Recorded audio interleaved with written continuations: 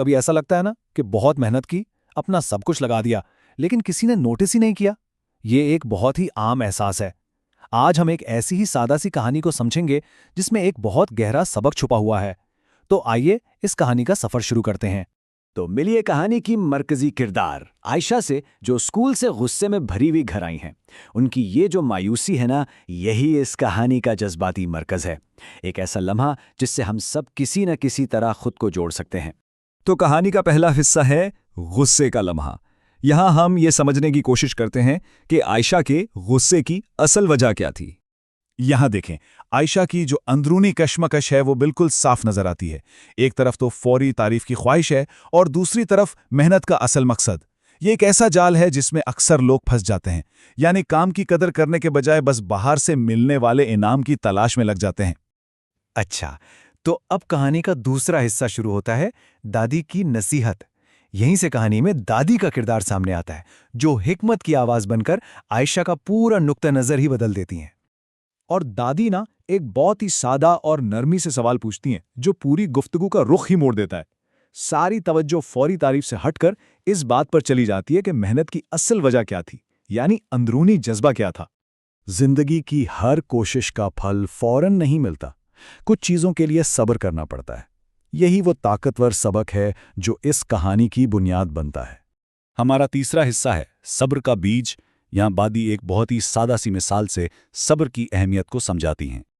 आयशा पूछती हैं, दादी सब्र क्यों जरूरी है? और इसी सवाल के जवाब में दादी एक बेहतरीन मिसाल देती हैं जो सब कुछ वाजे कर देती है।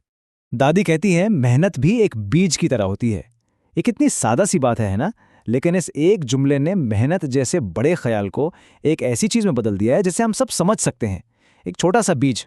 तो मेहनत का सफर भी एक पौधे की तरह ही होता है। सबसे पहले बीज बोया जाता है, यानी मेहनत की शुरुआत होती है। फिर सब्र से इंतजार करना पड़ता है। वक्त के साथ साथ वो बीज एक मजबूत दरख्त बनता है और आखिर में जाकर उसका मीठा फल मिलता है। तो अब देखते हैं कि इस सारे सबक का नतीजा क्या निकला। हमारा चौथा हिस्सा, मेहनत का मीठा फल। देखें, पहले दिन आयशा गुस्से में थी, फिर उसे दादी से नसीहत मिली और कुछ ही दिनों बाद उसकी मेहनत का नतीजा सामने आ गया। सब्र का फल मिलने में थोड़ा वक्त तो लगा, लेकिन आखिरकार मिल ही गया। और आखिरकार वो दिन आ ही गया।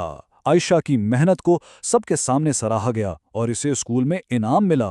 ये वही एतराफ था जिसकी वो हकदार थी। और यहां दादी के अल्फाज इस पूरे तजर्बे को मुकम्मल कर देते हैं। देखा, सब्र का फल हमेशा मीठा होता है। वो बीज वाली मिसाल जो थी, अब हकीकत बन चुकी थी। तो ठीक है, कहानी तो हमने सुन ली, लेकिन इसका असल सबक क्या है? आइए इसे जरा गहराई में समझते हैं। कहानी का जो मरकजी ख्याल है वो है सब्र। लेकिन सब्र का मतलब सिर्फ इंतजार करना नहीं होता, बल्कि साबित कदमी से कोशिश करते रहना है। ये इस बात पर यकीन रखना है कि मुसलसल मेहनत आखिरकार कामयाबी की तरफ ले ही जाती है। इस कहानी से कुछ अहम बातें हैं जो याद रखने की हैं। पहली तो ये कि सब्र और मेहनत कभी ज़ाया नहीं होते। दूसरी ये कि उम्मीद का दामन कभी नहीं छोड़ना चाहिए। और तीसरी कि कामयाबी आखिरकार उन्हीं को मिलती है जो साबित कदम रहते हैं। ये सबक हमें याद दिलाता है कि अगर नताइज फौरन नज़र ना भी आएं, तब भी अपनी कोशिशों पर यकीन रखना कितना ज़रूरी है। ये सबक अब सिर्फ आयशा की कहानी नहीं रहा, बल्कि हम सबके लिए एक नसीहत है। तो आखिर में सवाल ये पैदा होता है कि आज कौन सा ऐसा सब्र का बीज बोया जा रहा है जिसके मीठे फल का मुस्तकबिल में इंतजार रहेगा।